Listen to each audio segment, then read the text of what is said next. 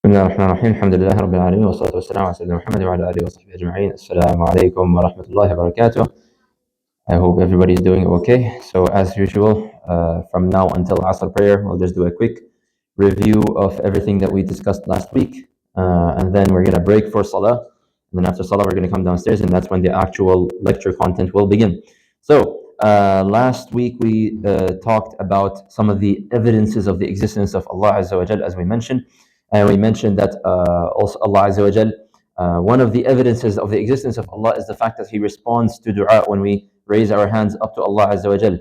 So we talked a little bit, we had this discussion a little bit about what happens when you make dua, because some people say, oh, I made dua, but Allah Azza wa Jal didn't answer, right? So what are some of the outcomes when someone makes a dua? Yes? He might give you the thing you wanted, or he might not give you it, but give you something else. Mm-hmm.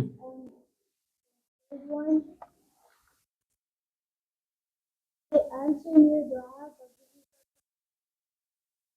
Jazakallah khair. You missed one, but that's okay. So very good. So either you make a dua for something and Allah gives it to you. Sometimes the answer might be immediate, like you make a dua and tomorrow you find the answer for your dua. Or sometimes you make a dua, the dua does get answered, and you get what you get actually better than what you asked for, but perhaps sometimes there's a little bit of a delay. Or sometimes what you don't get what you asked for, but Allah Azza wa Jal instead He lifts away a difficulty in this world.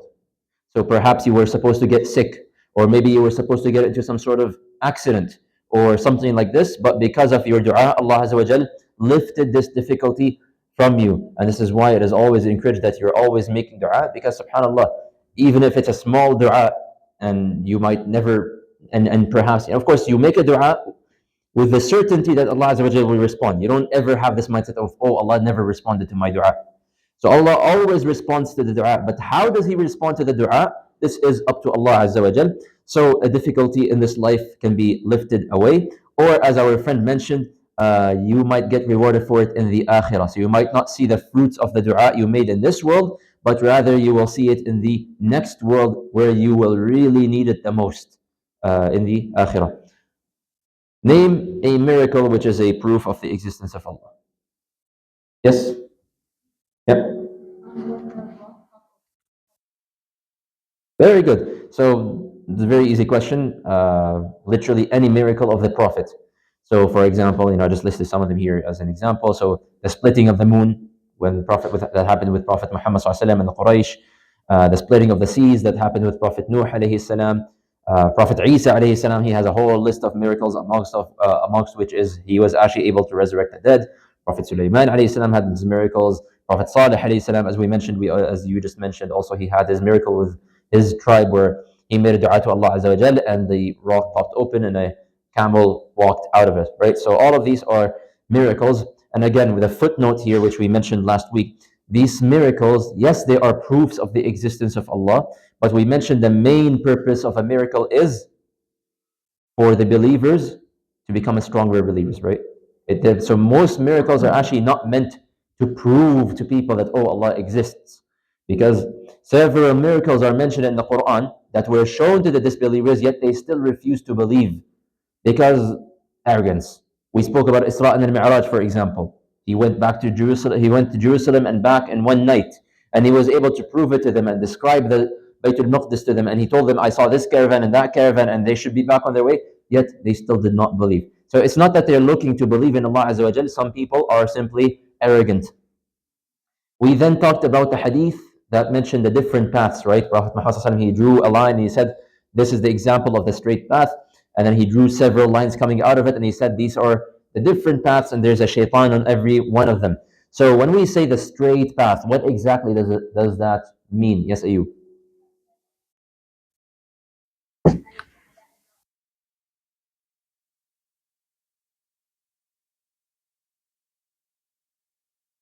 but just one.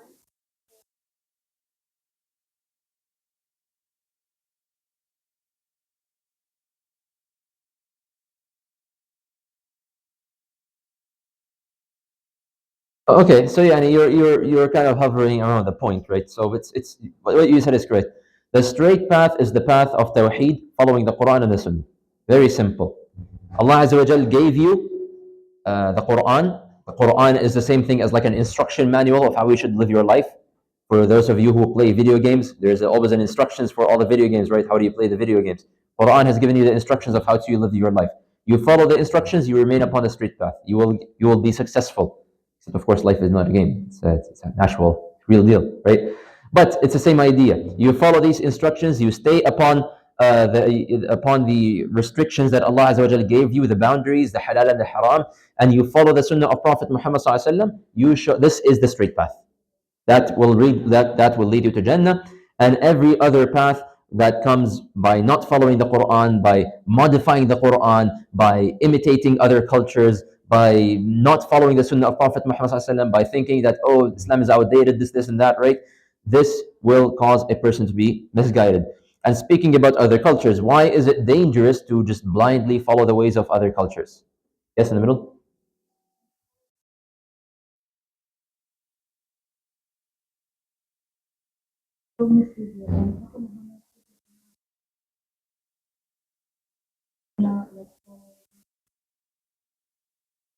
Very good. Jazakumullah khair. So yes, you hit the nail. So they will misguide you when you start to imitate the direction that the majority of the people are going towards. That will end up in misguidance, and this is something also found in the Quran. And we mentioned this as well, that a civilized culture, sometimes you have a powerful nation. Nowadays we have a bunch of powerful nations. We know what these countries are. Just because they have strong military power, just because they are quote unquote civilized and very educated and they have advanced technologies and advanced education, that does not make them religiously correct.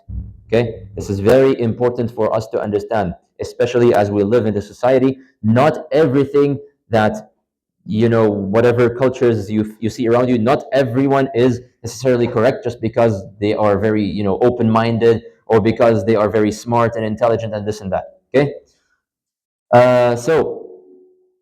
continuing the discussion about prayer. So last week, I believe we discussed who is exempt from praying, right? And then we talked about a certain group of people, right? So we're going to talk about this right now. So let's say a child woke up. We'll say it's a boy, okay? He woke up early in the morning to go and pray Fajr, and then he notices that he has now entered puberty, okay? He has passed. So he saw the signs of puberty. We discussed what those are. And then he looks at the time and he sees he has like 10, 15 more minutes to pray Fajr. So he decides, you know what? I'm a child and therefore I don't need to pray. And so he just decides to not pray. Is this correct or wrong? And explain your answer. Yes? Yep.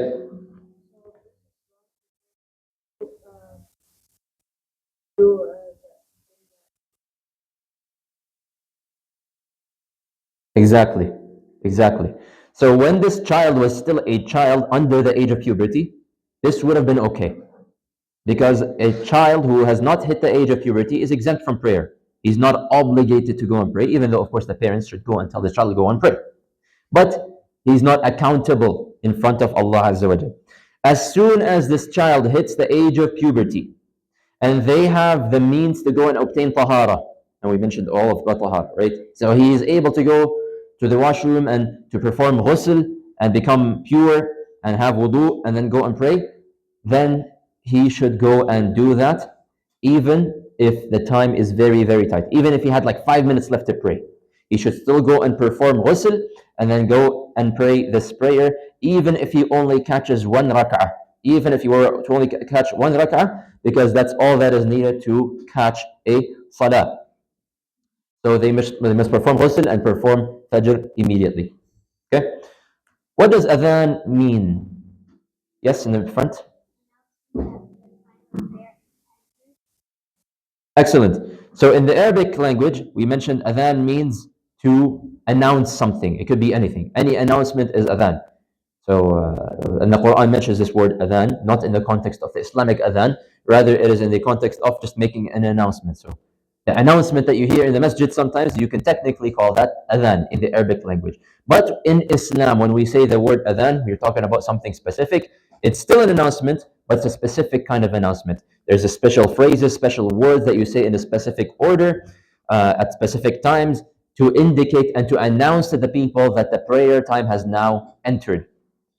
Why were the men from the Khazraj eager to accept Islam? Yes, Muhammad.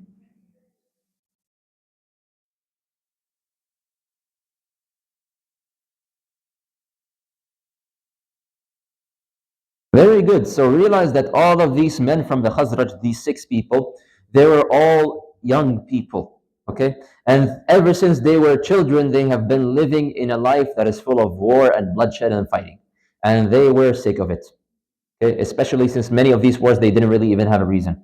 It's just one person gets in a fight with another person, that person fights that person kills that person. Oh, you killed one of our people, we're going to kill 10 of your people. Oh, you killed 10 of our people, we're going to kill 100 of your people. And now you have an all-out war that started just because of two people who were bickering and fighting.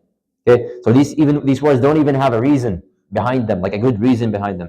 So these people were fed up with it, and they were looking for anything that can just stop this war and unite them all together. That is one of the reasons. We also mentioned one of the reasons was actually the Jewish tribes that were neighboring them, right?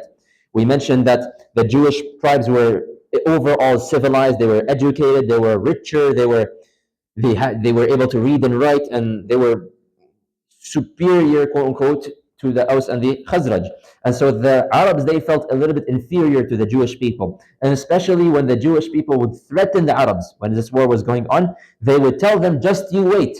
There is a prophet that we are waiting for. Once this prophet comes out, we are going to be the ones who follow him, and we are going to destroy all of you.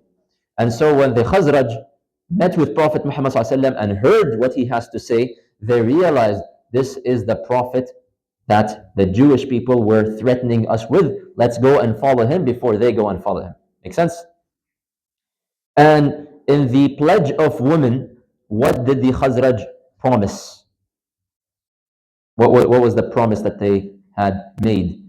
Yes, Eva.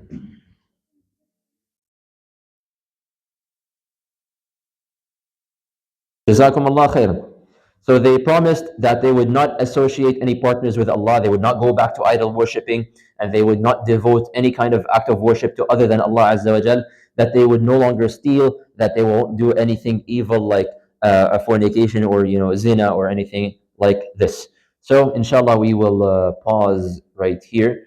There's only like 3 or 2 more minutes left for the Iqamah for Asr. So we're going to go upstairs, we're going to pray, come back downstairs, and then we will continue the next section, inshallah. Jazakumullah khair.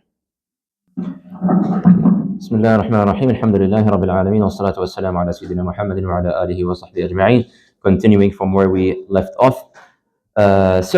Last week we talked about the different evidence, or actually over the last 2 weeks, evidences of the existence of Allah Azza wa Jal.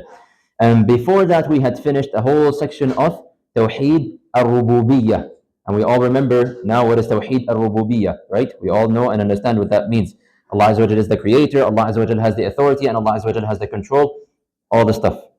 Now we move on to the next category, the next major category of Tawheed, and that is Tawheed Al-Uluhiyah. Tawheed Al-Uluhiyah. And just how we started by defining Tawheed Al-Rububiyyah, by defining what is a Rabb in the first place, we have to start Tawheed Al-Uluhiyah by explaining what is Uluhiyah, or what is an Ilah. Ilah is a word that is mentioned in the Quran so many times. It is different and mentioned in so many different hadith. It's mentioned in the word of Tawheed. La ilaha illallah. What is an Ilah in the first place? Well, Uluhiyah, of course, once again, we have to define it from the Arabic dictionary and then talk about it in Islam. In the Arabic dictionary, if I flip it open, and I turn to the word Uluhiyah, Uluhiyah is a quality that is, and the root verb of the word Uluhiyah is the word aliha. Okay, so this is the verb in Arabic, aliha. What does aliha actually mean? Now, aliha is roughly translated to worship. But if you were to actually dig in a little bit deeper, you will find that it is a very deep level of love. And in fact, to the point where you can't even call it love anymore. It's just a very, very deep, deep level of love. This is aliha. To the point where you are now loving whatever you are calling as an ilah. You are loving to the point where you are glorifying it. Okay? You are taking this now as a divine entity, like a divine, like something that is divine. And you believe that this divine entity has the ability to benefit or to harm. So this is what is an ilah. Okay, we understand, boys in the middle. So this is what an ilah means. So this is why in the word, the Quran, you will find the mushrikeen, the disbelievers, they have an alihah. Okay, they have something called an alihah. It's like their idols. They call them the alihah. Why do they call them the alihah? It's coming from the same word, ilah, because they loved their idols to such a point that they truly and genuinely believed that these idols and these statues, they have the ability to harm them.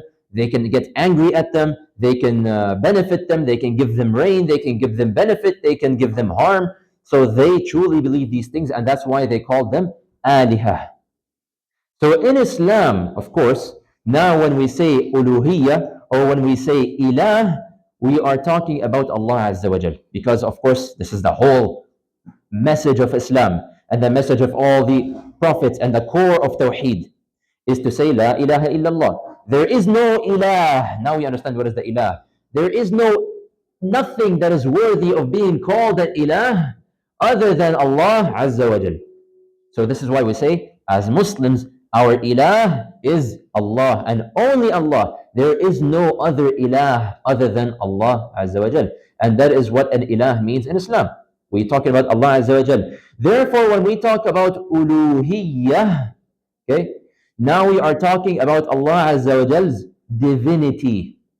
What does that really mean? It means that you understand that only Allah deserves to be loved to such an extent that you glorify Him, that you praise Him, that you fear Allah Azza wa Jal, that you are hopeful towards Allah Azza wa Jal, that you call out to Allah Azza wa Jal. Why do you call out to Allah Azza wa Jal? Because you genuinely believe that only Allah has the ability to benefit you or to harm you.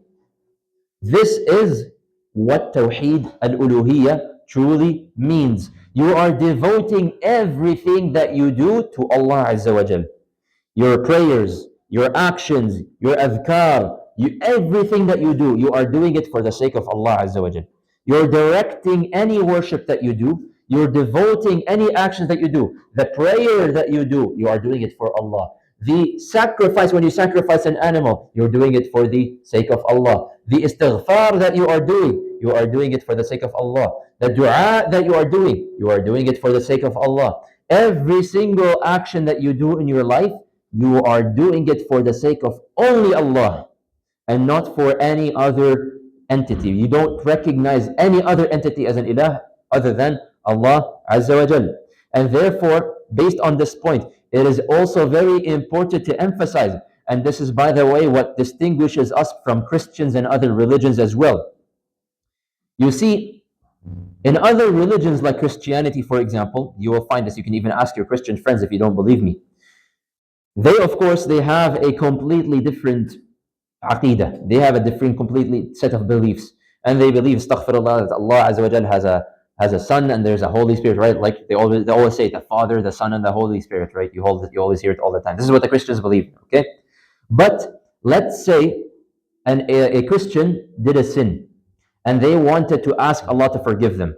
Believe it or not, they don't simply just raise their hand and be like, oh, Allah, forgive me. They don't do that. What do? They wait till Sunday, because Sunday, that's their like Friday prayer for us. They have their Sunday prayer. They wait for Sunday. Then they go to church. And then they go to the priest. What's a priest? Priest is like the sheikh for the Christians. They go to the head of the church, the priest, and they sit with him in private, and they do something called a confession. So they sit with him, And you may have seen it in like movies, or you have heard it, you've seen it in videos, or you've heard your friends talking about it. They sit in front of this priest, and then they tell him about the sins that they did. So they say, they of course they call their sheikh, they call their priest, they call him father. So they say, "Oh, Father, I have done this, this, and that." Okay, some of you are laughing, mashallah. Okay, it's not the father that is at home. They call it the father at the church. So they go and they say, "Oh, Father, I have done this, this, and that. I stole. I did a bad sin. I did drugs. I did this. I did that." They will tell. They will confess everything. Notice, they're not confessing it to Allah. They're confessing it to the priest. And then the priest basically says, "Okay, khalas, I got your message. I will take your message and deliver it to the someone who is a higher ranked sheikh, like a bishop." And so they deliver it to the bishop, and they say, "Such and such, so and so person, he confessed that he did this, this, and that. Can you take this up to someone else?" So they say, "Okay, I got you." So they take it and they take it up to someone else. And then this highest person of authority in the Christian hierarchy, they then take it up to, whatever God that they believe in. So you see, it's very different compared for Muslims and Christians. Their dua goes from person to person to person to person, then up there. At least that's what they believe. Whereas as Muslims, we understand that dua is only made to Allah Azza wa Jal. Now, why am I saying all of this? I'll take questions in a little bit, inshallah. Why am I saying all of this? Because it is extremely important to understand. As Muslims, you do not devote or direct any of your actions to anyone or anything or any creation. You only devote and direct all of your actions only to Allah Azza wa Jal. Now, I know to some of us, like, duh, this is so obvious, right? Like, why would I even do anything for someone other than Allah? But believe it or not, wallahi, I know some people here in the masjid that do that same thing. And sometimes I've had cases. I remember this lady, this was a few months back, she came to me, and she was telling me, like, she was like, "My father is sick," or something like this. She was like, "Can you please make a dua for my father?" Because, and then this is what she says: "You're a righteous person, and so therefore, like, you should be the one making the dua to Allah, because like it has a higher likelihood of your dua being answered versus my dua." And I tried to tell her, "And sister, this is not how that's not how this works. Okay, this is your father. You're the closest person to your father. Your dua is gonna be much more powerful and much more emotional, and you're gonna be much more into it versus me. I'm just gonna be like, oh Allah, heal Allah grant the shifa to the father of the sister. That's it. That's all the dua I'm gonna make." Whereas this sister, obviously, it's her own father. She's emotional. She loves her father, so she's gonna put a lot more feelings into her dua. So that's why I told the sister, like, you should be the one making dua. Don't come to me. Don't come saying, "Oh, I'm not gonna be making dua because you're better than me." Okay? And I tried to tell her sister, but she just wouldn't let it. She wouldn't allow it to get into her head. And I was like, "Khalas, okay, inshallah, I'll make dua." But I told her, "Sister, what you're doing is wrong." And so this is why I'm saying that I'm emphasizing this right now. You can ask people to make dua for you, but not because you are not able to make dua, or not because, oh, Allah will not listen to you, but He will listen to that person. How do you know?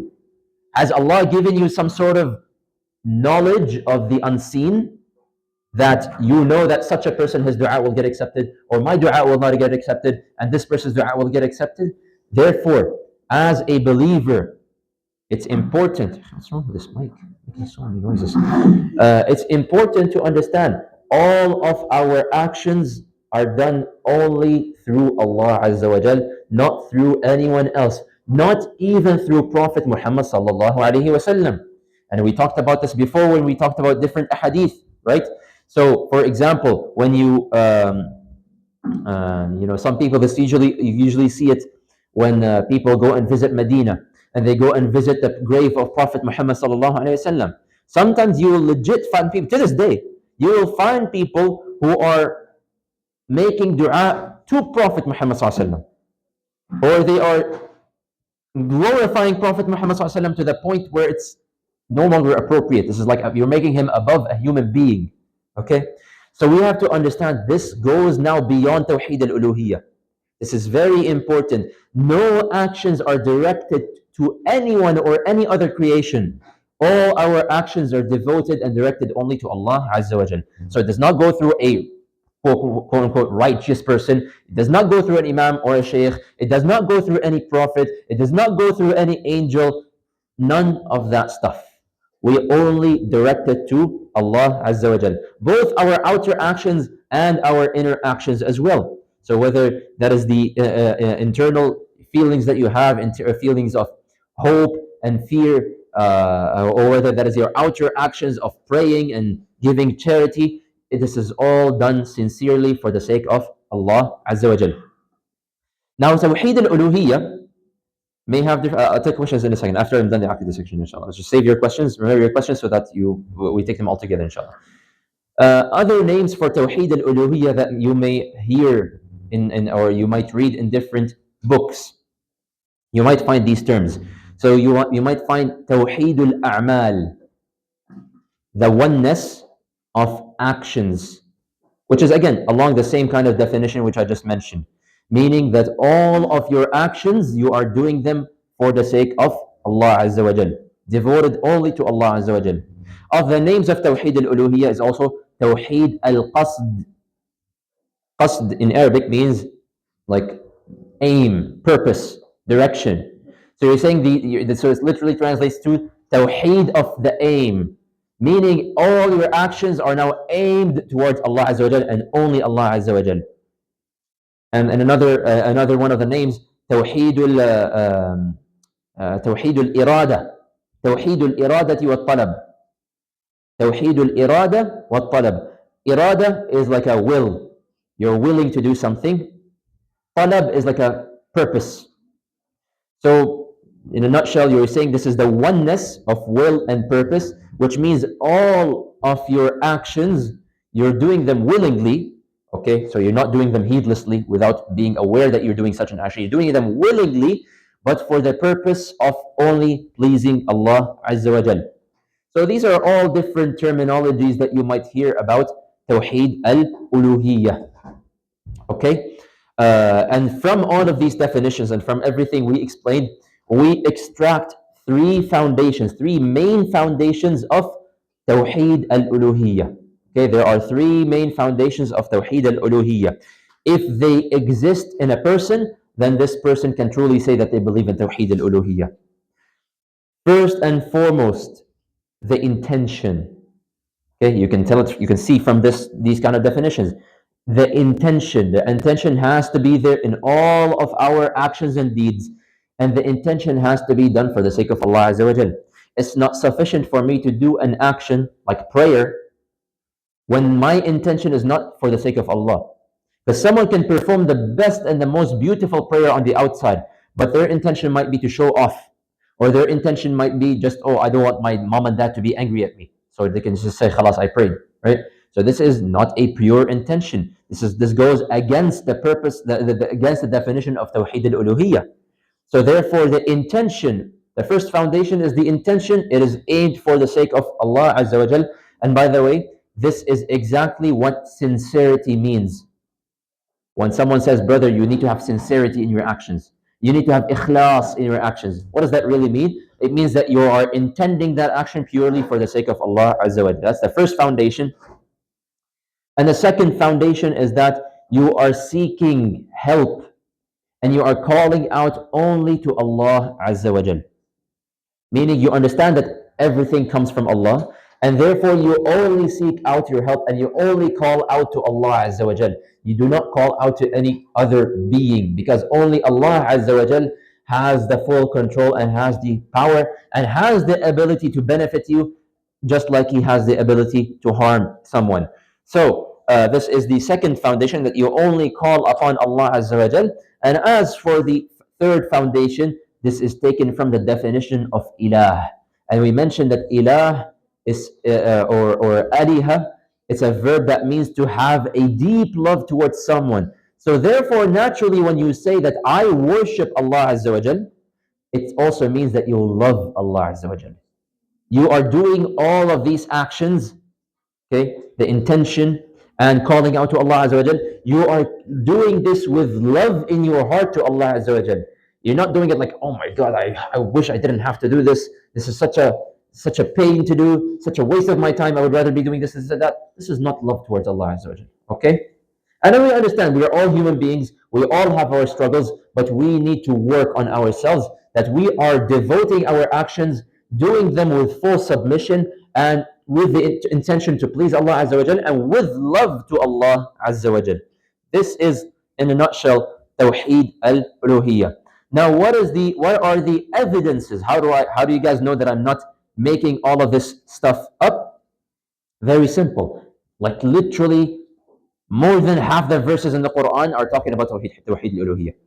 It's the main message in the Quran, Tawhid al-Uluhiyah. Every single verse in the Quran that you see in it, La ilaha illallah is Tawhid al-Uluhiyah. In Surah Al-Fatiha, when you say, إِيَّاكَ نَعْبُدُ وَإِيَّاكَ نَسْتَعِينُ, this is Tawhid al-Uluhiyah.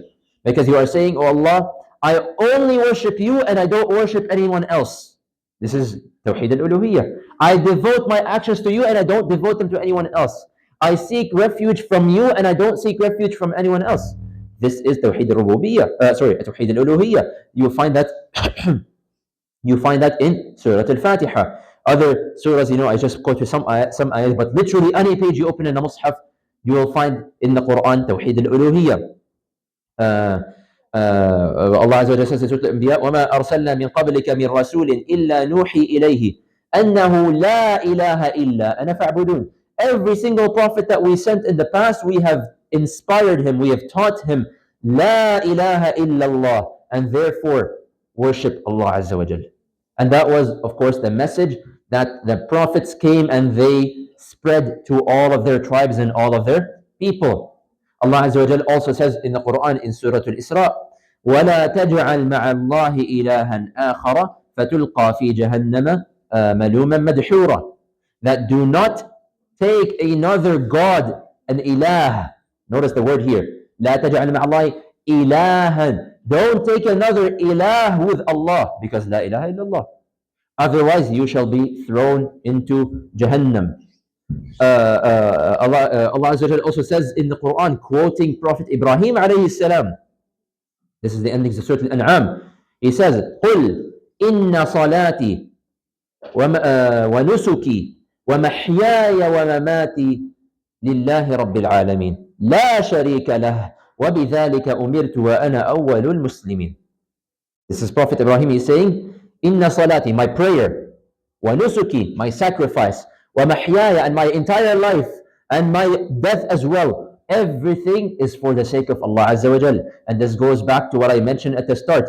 Every action is intended for the sake of pleasing Allah Azza wa Jal. Just like Prophet Ibrahim here, he says, La sharika lah, Allah Azza wa Jal has no partner. Again, La ilaha illallah. Wa bidhalika umirt, wa ana awwalul muslimin. And this is what I have been commanded, and so I am from amongst the first to submit to Allah Azza wa Jal. So Tawheed al-Uluhiyah is literally found all over the Quran. It's going to be one of your homework questions, like give an evidence of Tawheed al-Uluhiyah, right? So you can literally open any page of the Quran. You can open Surah Al-Fatiha. You can open, even just popped in my head, وَمَا أُمِرُوا, Surah Al-Bayyinah, وَمَا أُمِرُوا إِلَّا لِيَعْبُدُوا اللَّهَ مُخْلِصِينَ لَهُ الدِّينَ حُنَفَاءَ. This is also Tawheed al-Uluhiyah. So many, literally more than half the Quran is Tawheed al-Uluhiyah. Okay? So these are all evidences. They're all over the Quran. One more point that we'll mention about Tawheed al-Uluhiyah before we move on to the Hadith. There's one important difference between Tawheed al-Rububiyyah and Tawheed al-Uluhiyah. If you recall, boys and girls, in Tawheed al-Rububiyyah, when we were talking about it a few weeks ago, we said it's not enough to believe in Tawheed al-Rububiyyah. Why? Because even some disbelievers like the Quraysh and even Iblis, the Shaitan, they also believed in Tawheed al-Rububiyyah. They believed that Allah was the Rabb. And it's found in the Quran. We explained this in a lot of detail in the past. That in the Quran mentions, if you were to ask them, meaning the Quraysh, the idol worshippers, who created you? They would say Allah. If you were to ask them, who is the one who created the heavens and the earth, and who is the one who created the sun and the moon? They will say Allah. It's in the Quran. So they affirm Tawheed al-Rububiyyah. Iblis refers to Allah in the Quran as Rabbi. Rabbi bima aghwaytani. Oh my Rabb, you caused me to do such and such. So even Iblis, he affirms that Allah is the Rabb. However, do they affirm that Allah is the Ilah? Here is where we say no. And that's the main difference. That's why we say Tawheed al-Rububiyyah is not enough. It needs Tawheed al-Uluhiyah with it as well. It needs all the categories of Tawheed. It needs Tawheed al-Uluhiyah. There is no disbeliever who believes in Tawheed al-Uluhiyah. Because Tawheed al-Uluhiyah, you are telling them to direct all of their actions only to Allah and no other partner. But obviously the Quraysh did something different. Quraysh, they had all of these idols. They had over 300 idols around the Kaaba. Can you imagine? Over 300 statues around the Kaaba. They would worship these statues. They recognize, yes, Allah is the Rabb. But as soon as you tell them that worship Allah, He is your only Ilah, they would start mocking. And they would mock Prophet Muhammad ﷺ. And they would say to the Muslims that you're crazy. How can you worship only one Ilah when we have all of these Ilahs? They had, just like today, sometimes they teach it to you in like, I think in like Greek mythology. I don't know if they teach you that in school or whatnot, but they tell you there's the God that in Greek mythology or in Roman mythology, right? There's the God of love and the God of war and the God of this and the God of that. There's Zeus and Jupiter and this and that, right? I don't know if they teach it to you in the schools. I know in the high schools, I remember they used to teach us that, right? As part of, I think, ELA, in English class, they used to teach that, and they would tell you to analyze and do these essays and weird stuff. Anyways, but it's the point is, it's the exact same idea.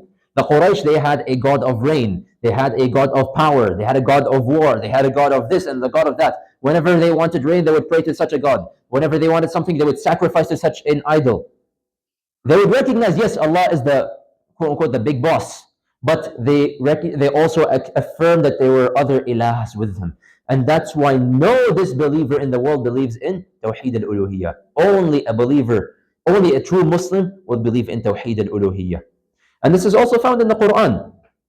When Prophet Muhammad ﷺ went to the Quraysh, this is in early Mecca, we spoke about these events in the Seerah.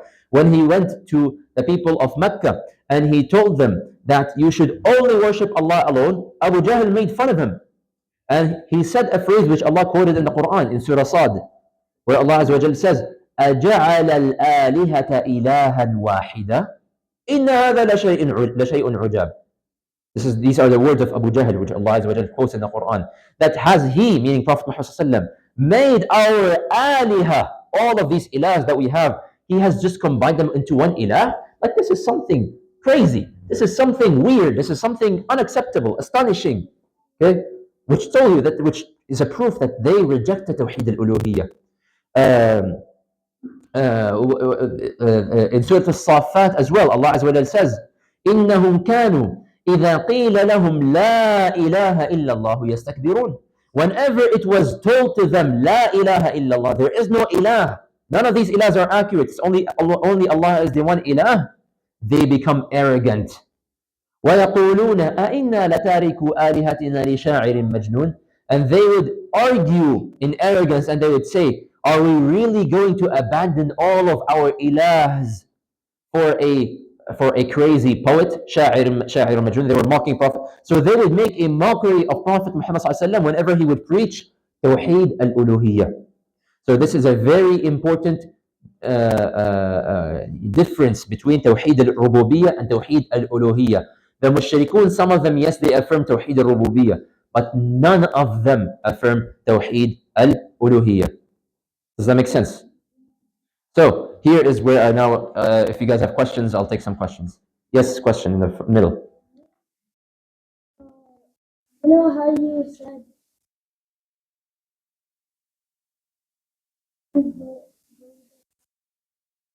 Yes. sometimes in the downtown.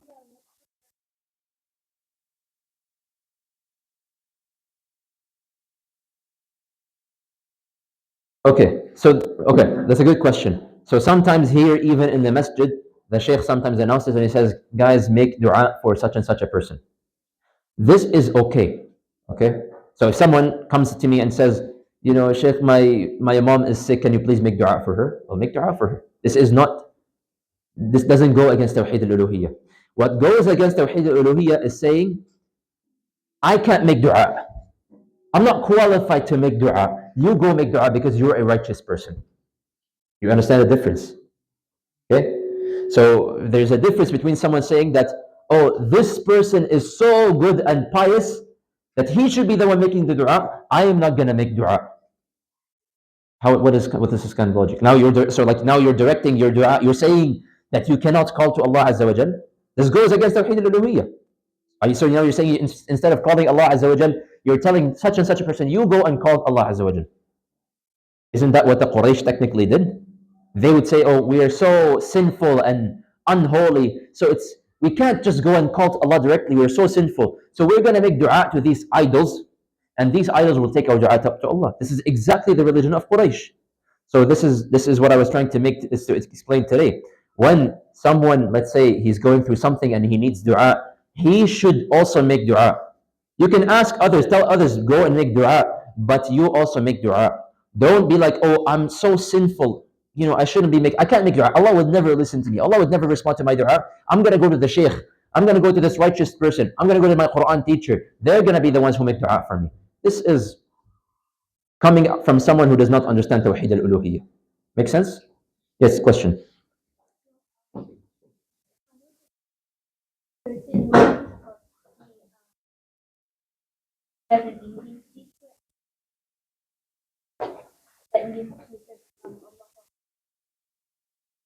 Allah what? Wallahi, I have no idea what that means, but I don't speak Indian, sorry. Okay, questions? Yes, in the back.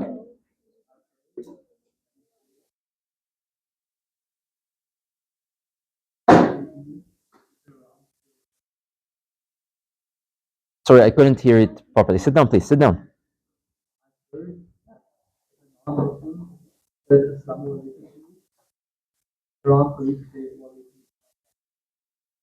You can say wa alaikum as-salam. So if a non-Muslim comes to you and says assalamu alaikum, you say wa alaikum as-salam. Because assalamu alaikum, what does it mean? Peace be upon you. Okay, I am declaring peace upon you. So you can say I declare peace upon you too. But you don't have to say wa rahmatullahi wa barakatuh, right? And the mercy of Allah upon you and the blessings of Allah upon you. Okay?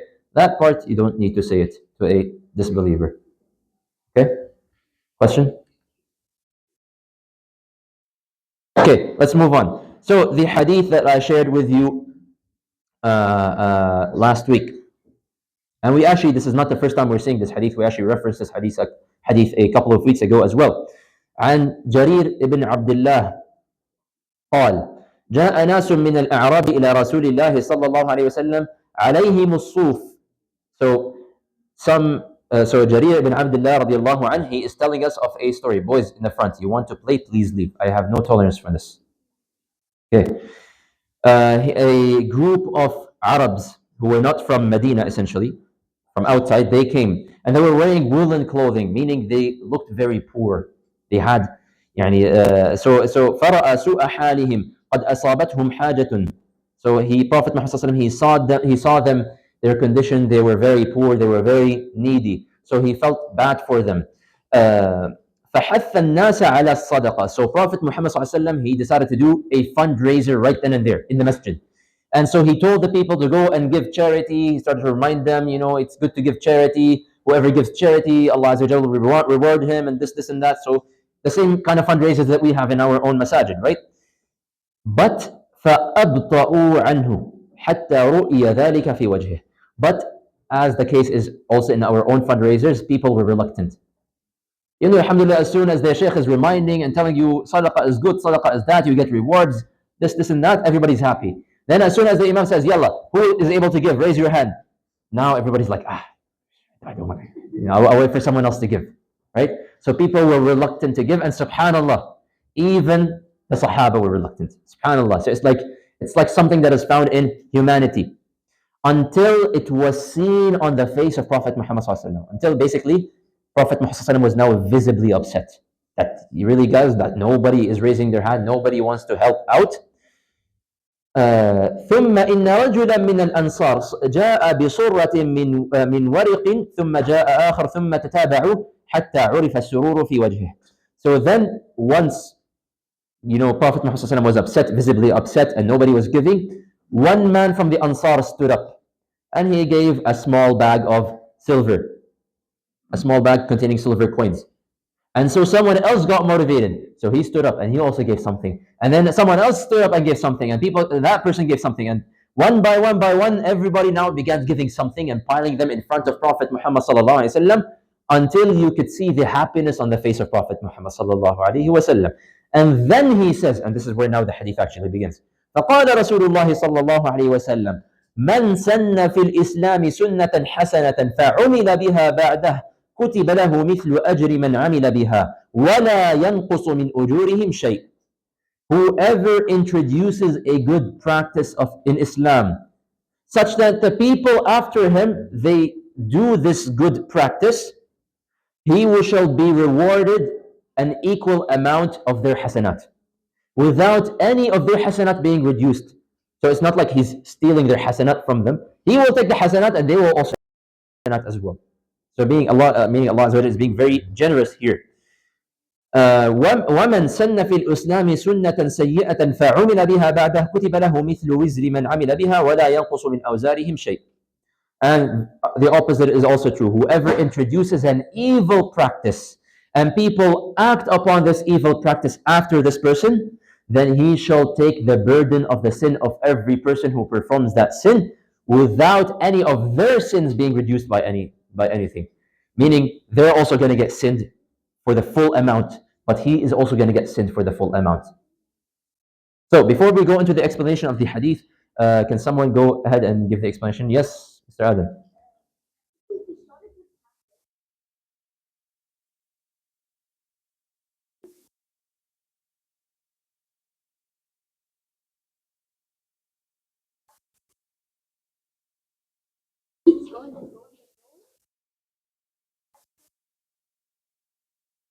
Allahu Barak. Jazakallah khair. So yes, the message of this hadith is not really strange. It's very straightforward. And we talked about it a little bit in the past as well, right? We talked about what does it exactly mean to introduce a good practice, right? But we're going to recap this today, inshallah. First and foremost, at least for me, as soon as when I remember when I read this hadith for the first time, the first thing was like, oh, mashallah, infinite rewards. This is literally an opportunity for infinite hasanat. Can you imagine? Because if you introduce something good, you teach something beneficial to someone, or you do something good, okay? And then it causes other people to start doing it. And then other people cause other people to start doing it. And it's like a domino effect, right? Like a snowball effect. You go to the top of the mountain, you take a small snowball, and then you roll it on the top of the mountain. And then what happens is it continues going. It picks up and rolls and rolls and rolls and rolls. And so what started as a small snowball that you could hold with the fist of your hand is now an avalanche. MashaAllah. It's just a massive amount of snow just rolling down the mountain. So, of course, avalanches are bad because they destroy things. But it's just an example to say that this is the amount of hasanat. You're going to have an avalanche of hasanat just because of introducing a simple good practice. Sometimes the practice doesn't have to be something amazing. It doesn't have to be something out of this world that, oh my God, you're a genius for doing something like this and nobody ever thought about it, right? So it could be something very small. And so for example, some simple examples and simple practices that every single person here, you should try to be doing is passing down knowledge. When you go and learn something, you go and learn something about your Quran. You memorized something in the Quran. You learned something in this class today. You learned something at school. Could be something for this world. Could be something for the Islam. Could be any kind of knowledge. But it's beneficial knowledge, obviously. Okay, you're not gonna go talk about the knowledge of the video game. Hey, bro, come let me teach you how to beat this video game. Okay, this is a waste of time. But beneficial knowledge that people will genuinely take and be like, oh, Jazakallah khairan for helping me with this. Okay, so this is something, and I am really encouraging all of you here without exception to do. Don't let shaitan, because shaitan, he knows this as well. He knows the potential of good that you are able to get. And so shaitan will come to your head and he will say, oh, you're not qualified to teach. You're not qualified to go and tell people to do this and that, or to tell people that they should be doing such and such adhkar, or that you should be telling them about these things. Go and teach people anything, and especially if it's about Islam, that's even better. Prophet Muhammad ﷺ, he himself says, بَلِّغُوا عَنِّي وَلَوْ آيَةً. Go and teach the people about me, even if you're teaching one ayah, even if you're teaching one hadith, one dhikr, that you just take and you teach it to someone who doesn't know it. Teach it to a younger kid. Teach it to someone in your family. Teach it to someone in school, your classmate, or something like this. Prophet Muhammad ﷺ, he didn't say, oh, first, okay, you have to go, you have to graduate high school, then you need to go to Islamic university, then you need to get a scholarship and get the certificate, and then you can start teaching people about me. None of that stuff. بَلِّغُوا عَنِّي وَلَوْ آيَةً. Even the smallest knowledge that you learn, go and pass it to someone, because you don't know what domino effect you might have. You don't know the snowball effect that you may have. Okay, boys in the front, move to the back. Okay, please, someone move to the back. I'm not going to wait until someone moves to the back.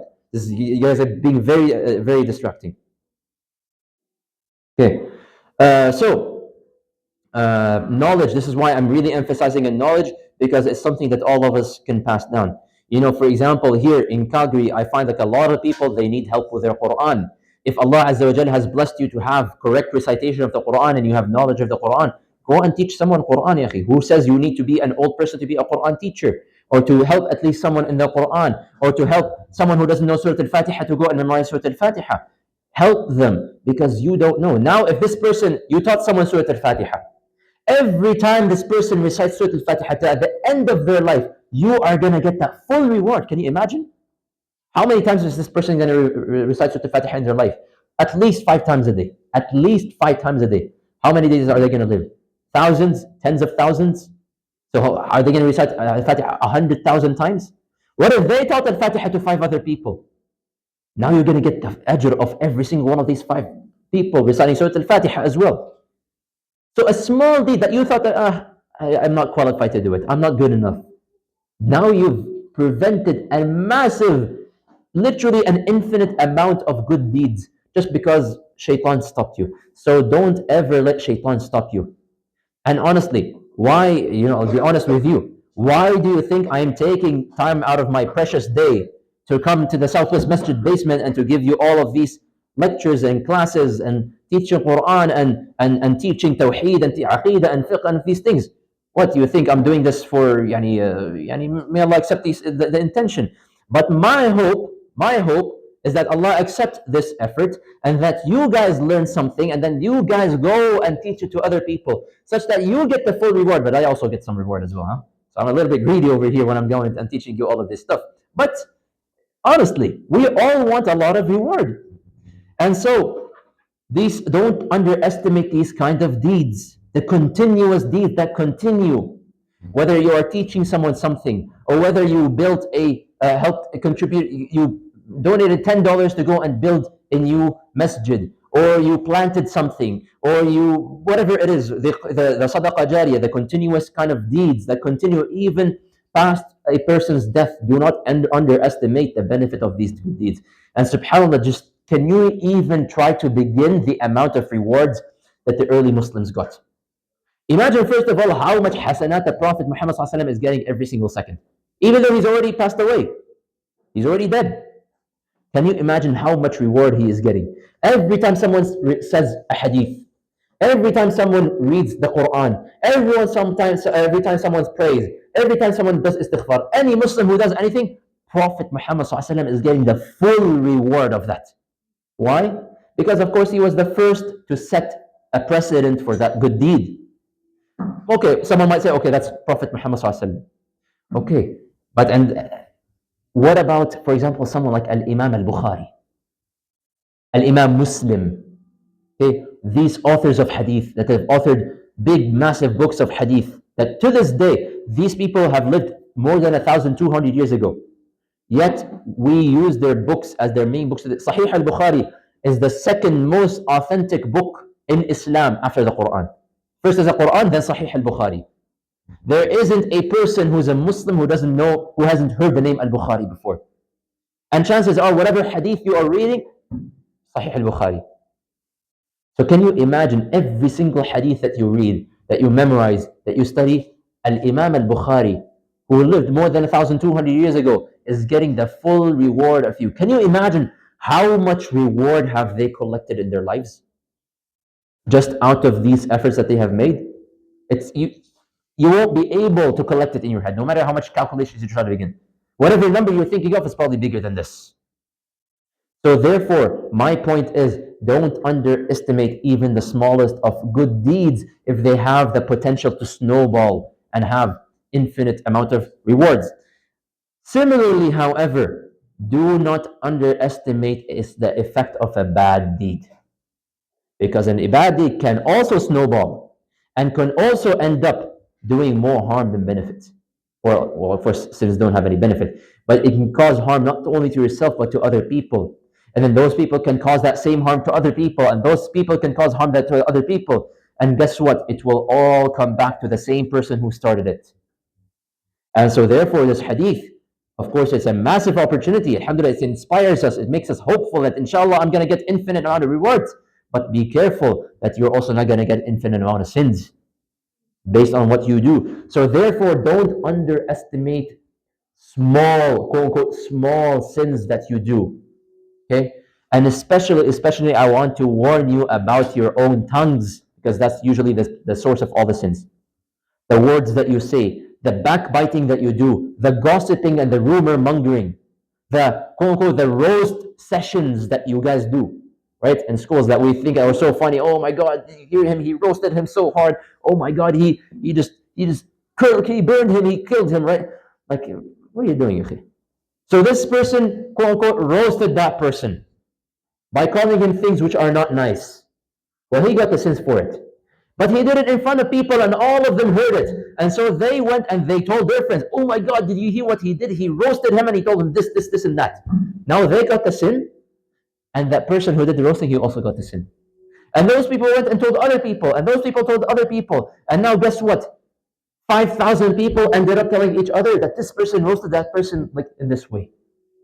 Can you imagine how much sin that original person got? Yes, he might look in front of the people like, oh my God, this guy is so amazing. He did this roast session.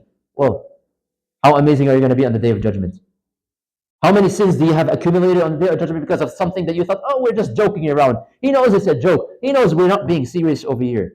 Be very careful of what you are saying. When people start talking about other people, this is your cue to just leave. Don't involve yourselves in these conversations. 90% of the time, these are harmful conversations. If you do not have something good to say about anyone else, do not say it. As soon as you start hearing conversations, oh, did you hear what that person said to that person? Oh my God, did you see what that person did? Did you hear what that person did? What they posted on social media? Don't involve yourself. Don't risk it all because of something so ridiculous and small. Similarly, when someone introduces an innovation, okay, and we mentioned a lot of times so far what is an innovation, so it shouldn't come as anything new. Something that does not exist as part of Islam. And then they added it and say, oh, no, this is now a part of Islam. And they start telling the people to do it. Well, guess what? This person will now get the sin for that innovation and the sin of every single person who acts upon this innovation. So if you imagine, for example, like sometimes you find that nowadays is very, very popular on like social media. You would find people posting certain hadith, and then you will later find out that's not even a real hadith. It's something that someone made up. And so I personally, I still see them to this day, that, oh, Prophet Muhammad ﷺ said, whoever informs 10 other people about this kind of thing, then I shall guarantee him a spot in Jannah. I saw this one like just a few days ago. Like, subhanAllah, what are you doing, man? And people believe it and they start sharing it, and other people start sharing it, and now you have a million other people that have that same post, and they now genuinely believe it. SubhanAllah. You're willing to get that many sins just so that people share your post and that just to get some likes and comments and just so that you get people's attention and eyes on you. So be very careful. And we have examples of this. For example, the son of Adam. We know the story of Habil and Qabil, the two sons of Adam, right? One of them killed the other. Qabil killed Habil. Allah Azza wa Jalla says in the Quran, because of his sin of killing his brother, he shall bear the sin of every soul that gets killed. He was the first ever person to kill out of all humankind.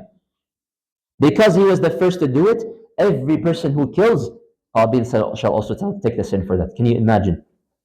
Introduced a single bad practice, yet until the day of judgment he shall continue to reap the sins for that bad practice.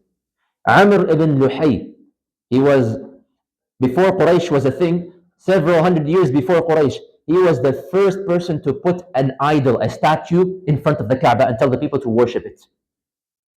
He shall get the sin of every single person who worshipped the statue after him, until Prophet ﷺ came and destroyed all the statues, because he was the first person to start it.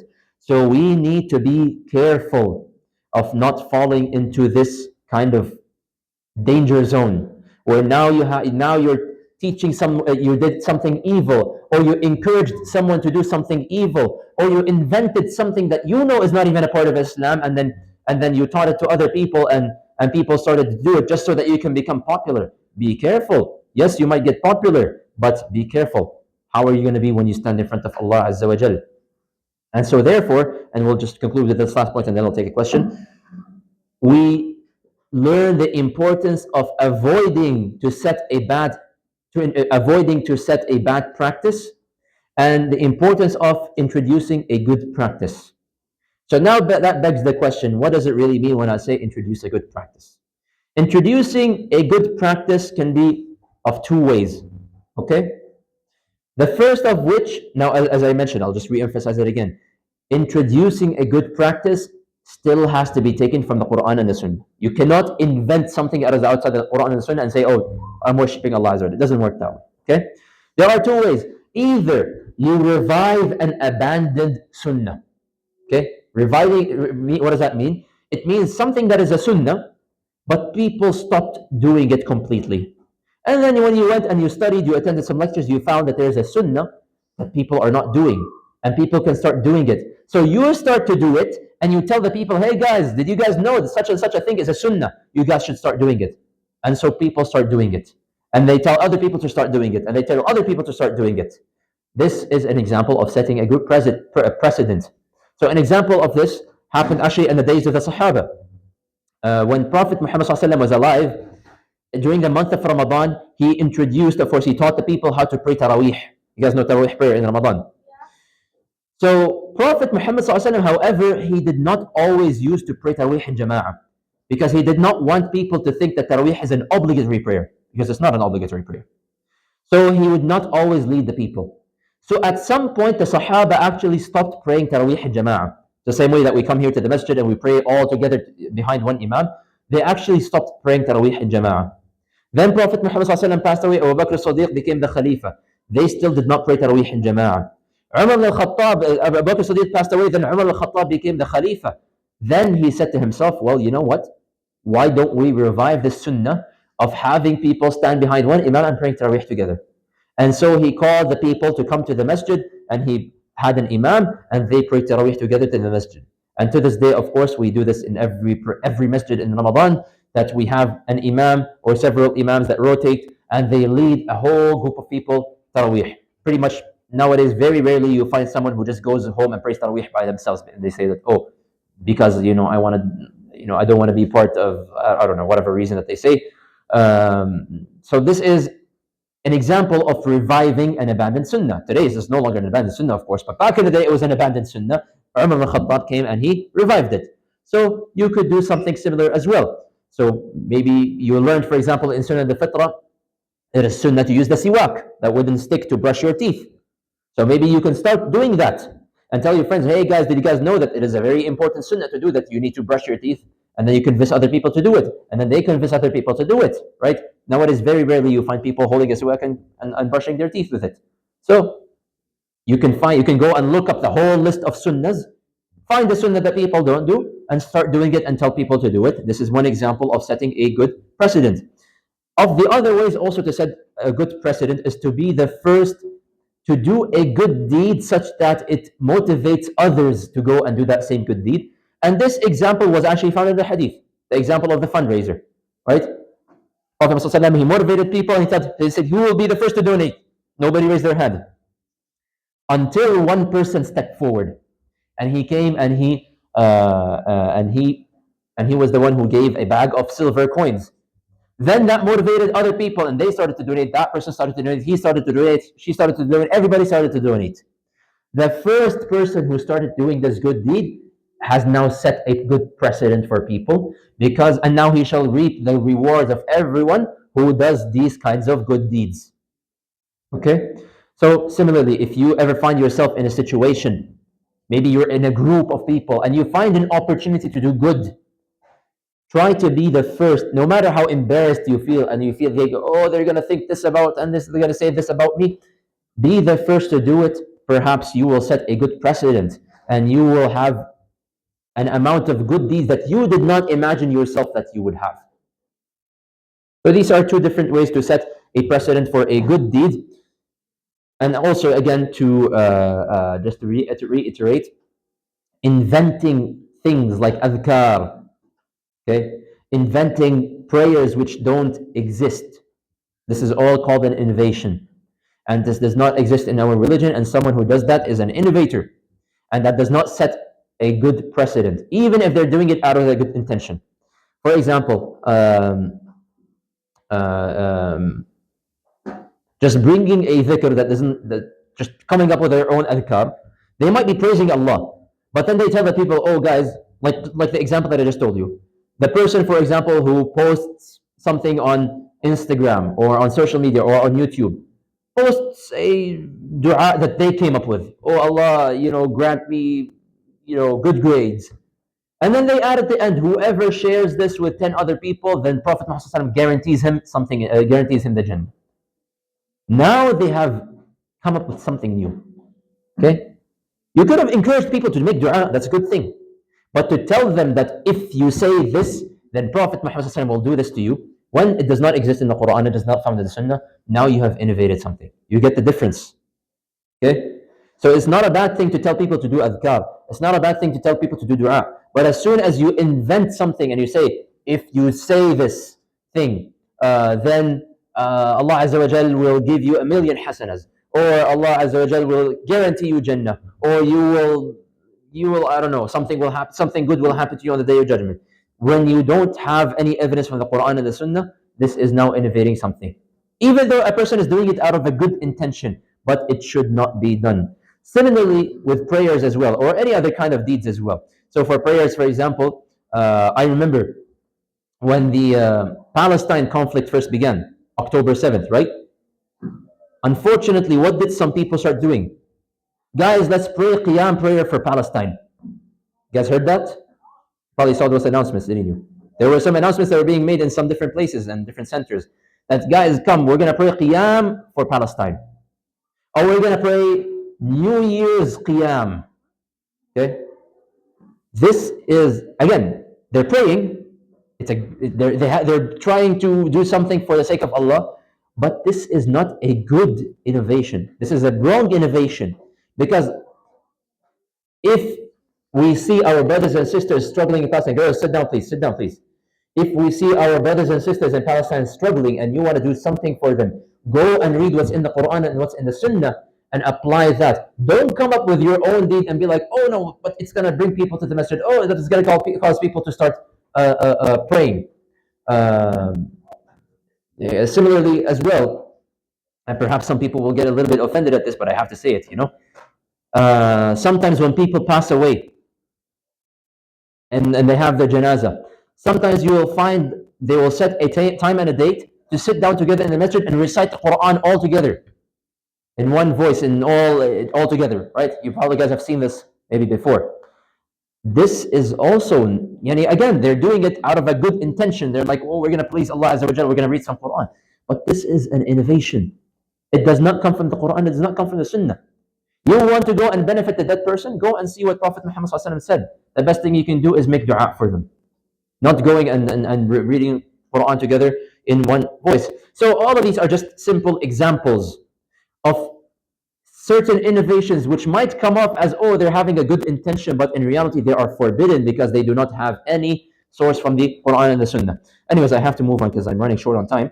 The hadith for next week will be shared, inshallah, on the group chat, as usual. So if you're not part of the WhatsApp group chat, please let us know so that we can add you, and then you will receive all of the daily and the weekly and the hadith and the homework challenges, and you will be able to receive some rewards, inshallah. But before that, are there any questions? Yes?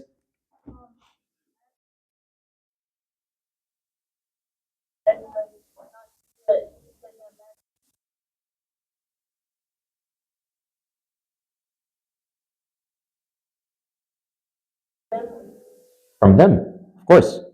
Obviously, if you told someone, hey, don't do this bad deed, and then they continue to do it, khalas. You got a good deed for telling your friend not to do his bad deed. But then he was responsible for his own actions. He is the one who is to blame. Yes.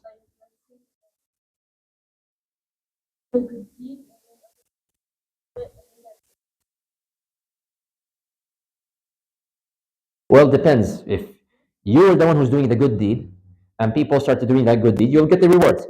If they start to change that good deed to an evil deed, you don't get any sins. You didn't do anything evil. Like what's that's their own responsibility. That's all their own fault for doing something evil. As long as you're not doing that evil deed, you're okay. Make sense? Question? Okay.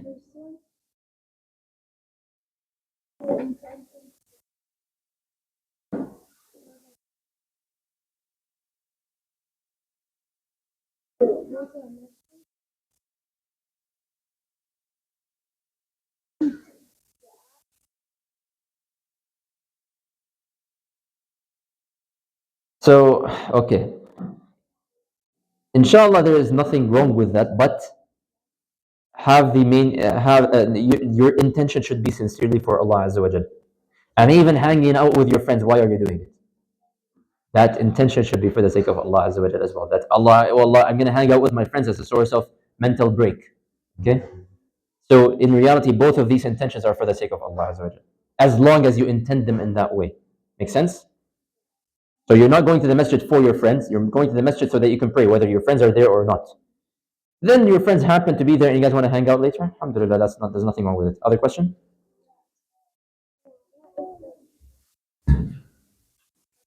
The friends are not saying, they're a good deed, right? Of course. If you're yeah, go ahead. And then like, he doesn't say it, but he tells other people, even though he's not saying it. So, well, he gets a little bit of both, right? So, first of all, you told your friend to go and pray, so you get a good deed. Then he told others to go and pray. He gets a good deed, and inshallah, you get a good deed as well. He then didn't decide to pray. That's his own fault. He gets an evil deed. He gets a bad deed. Make sense? Yes, in the back. Eva, yes.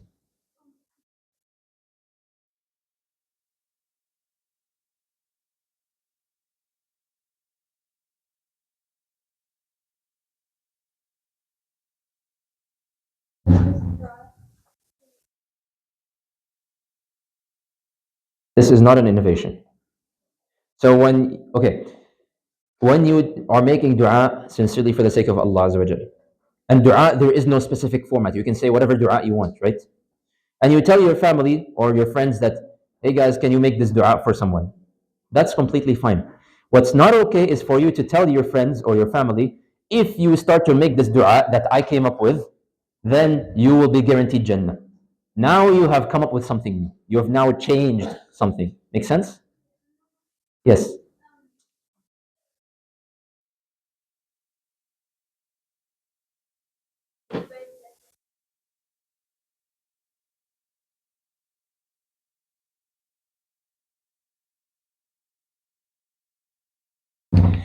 Decorations in the house? Sorry? On the grave. This is not a good thing to do. Yes, so this is the graves should not be decorated or put any flowers or any stone things on it. This is not something that should be done.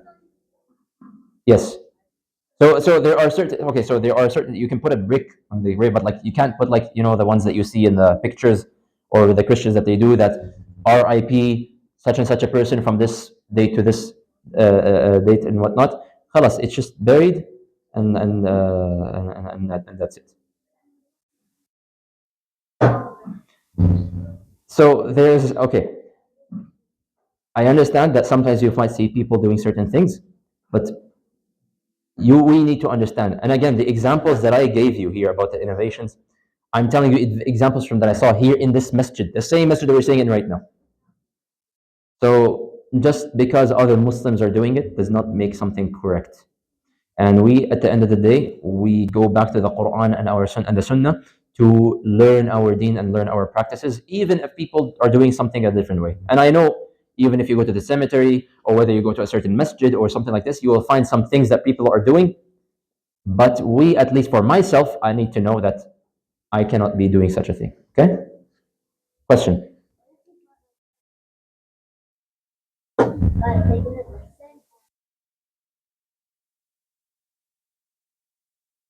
listen. So you get the reward. So if you told someone to do something, to do a good deed, but they didn't do it, you inshallah get the good deed for giving the effort to tell them. But if they didn't do the good deed, then you didn't do the good deed.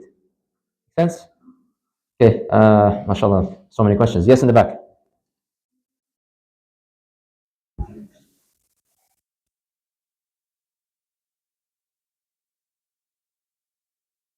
When you do a deed frequently, is it well? Depends on the deed and what you're doing. And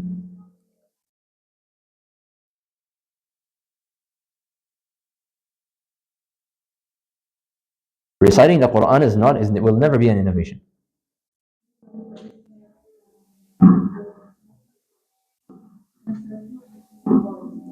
So that's okay. Depends why they're doing it. So in many places, when they teach Quran, they sit in a circle and they recite together in one voice. This is fine because they're doing it. Why? Why are they reciting together in one voice? Because they're reviewing together, and that's just their teaching style. They're learning Quran. So this is not an innovation. However, the example that I was giving is when someone passes away. So when someone passes away, there is no hadith or nothing in the Quran that says that you can read Quran for them. Okay? Yet you will find people, what do?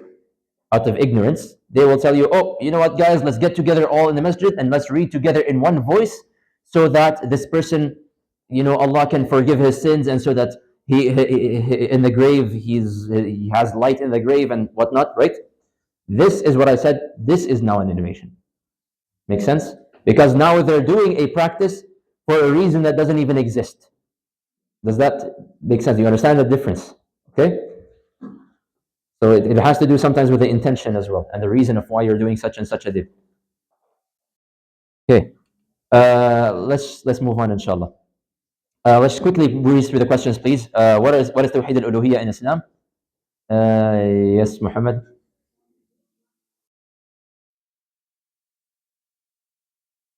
Exactly. Devoting and directing all of your actions only to Allah Azza wa Jal. What are some of the names for Tawhid Al-Uluhiyah?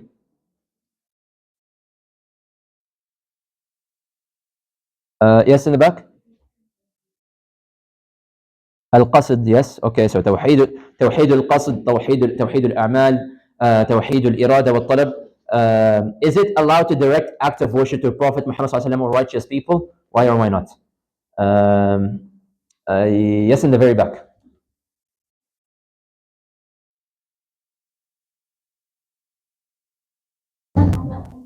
Exactly. You cannot direct your actions to anyone else because that goes against the definition of Tawhid al-Uluhiyah. That is that you only do everything for Allah Azza wa Jal with sincerity and for the sake of pleasing Allah.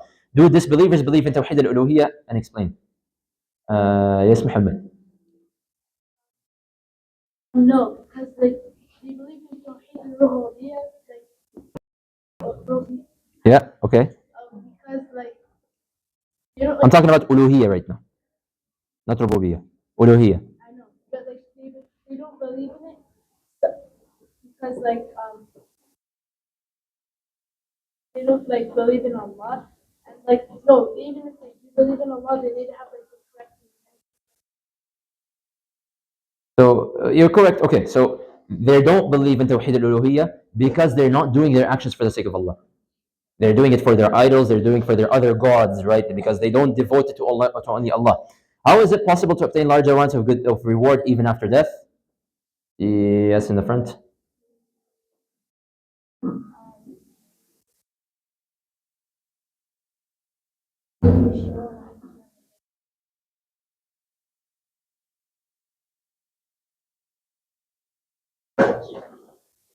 Very good. So if you introduce a good practice from the Sunnah, you set a good precedent, and people start doing it, you get their full reward as well, right? And so, can someone give me an example of such a deed that you continue to get collect rewards even after death? Yes, safe.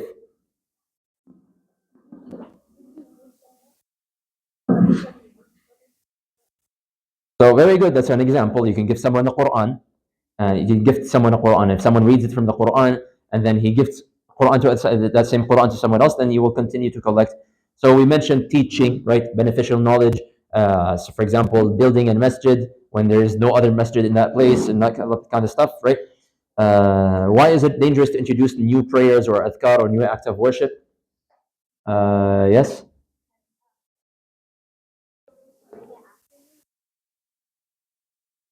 It's the same as setting a bad precedent now, right? And that now it's the other way around. The person will get the sin of every person who acts upon an innovation. What are the acceptable ways to set a good precedent? Um, yes, in the front.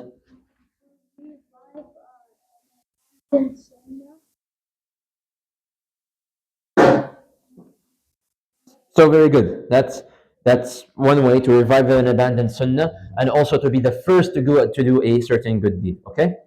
So we'll move on, inshallah. Hopefully, we'll get to finish the fiqh section before the salah. I know the time is very tight nowadays. So, anyways, continuing the section of fiqh, we were talking about adhan. And last week we talked about the virtues of adhan, and you guys were obsessed with this long neck right thing, remember? So the point is, someone who gives the adhan is a very, very recommended action. You get a lot of blessings and a lot of rewards. Now, what makes an adhan a valid adhan? And for the boys, please pay attention to this, because I see sometimes a lot of mistakes being made when people go and make adhan. The following conditions have to be met in order for any adhan to be valid. First of all, the person who is giving adhan must have the intention. And we talked about intention.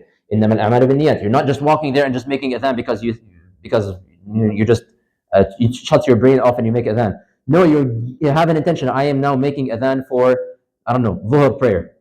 Okay, so you know what adhan you're giving to, and so you have that intention inside. You don't need to say anything; it's inside your heart, but you have that intention. The second condition is the time must enter. Okay, obviously the adhan, the whole purpose of the adhan is to declare that the time for prayer has now entered. So now you cannot just go, and alhamdulillah, nowadays it's become very easy to know when is the adhan time, because now you have it on the screens, you have it on your apps and whatnot. They tell you exactly what time to start giving adhan. So you cannot now start to feel lazy or be in a rush and be like, oh guys, you know what, I want to give adhan 10 minutes before. Okay, this adhan is not accepted. Even if they make it, someone else has to make the adhan again once the time enters, because that first adhan was not even valid because the time did not even enter. Make sense? Okay. Also, it has to be recited in the correct order. So the adhan is composed of certain phrases.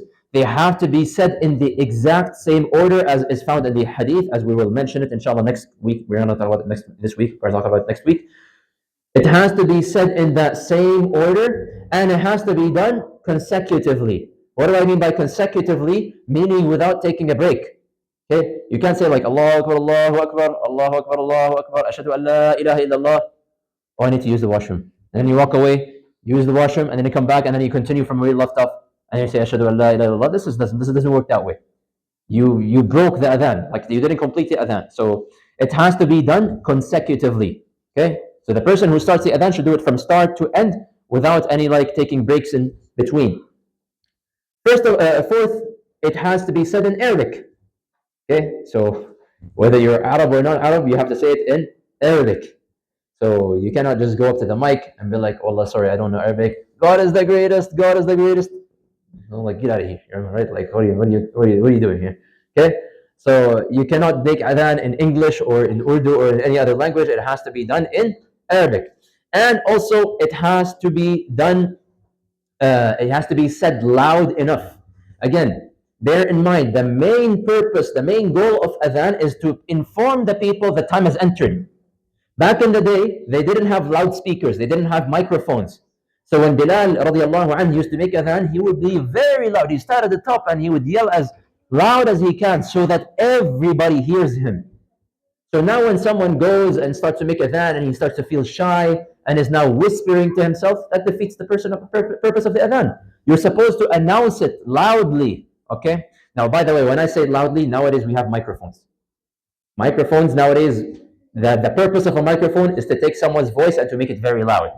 You don't need to scream, boys, please. You do not need to scream inside the mic. We can hear you loud and clear. MashaAllah, our ears sometimes they start bleeding from the kids who go and start screaming into the microphone. Okay? So just say it in a moderate voice, the microphone will make it loud. Okay? But the point is, don't whisper it. Okay? Even if you are by yourself, let's say there is no one else around you, and you need to make adhan, you need to say it loud enough that you at least can hear yourself. You can't just whisper it to yourself and say, oh, I just made adhan. It has to be loud enough. Okay? And also, the person who is giving adhan, he must be male. So, sorry girls, but in no masjid in the world are you allowed to give adhan in the masjid. Okay, we're going to talk about that next week in a little bit more details. But the person who gives the adhan should be a boy. Okay, and he has to be someone who is sane, so he is of a sound mind, so he has a healthy mind.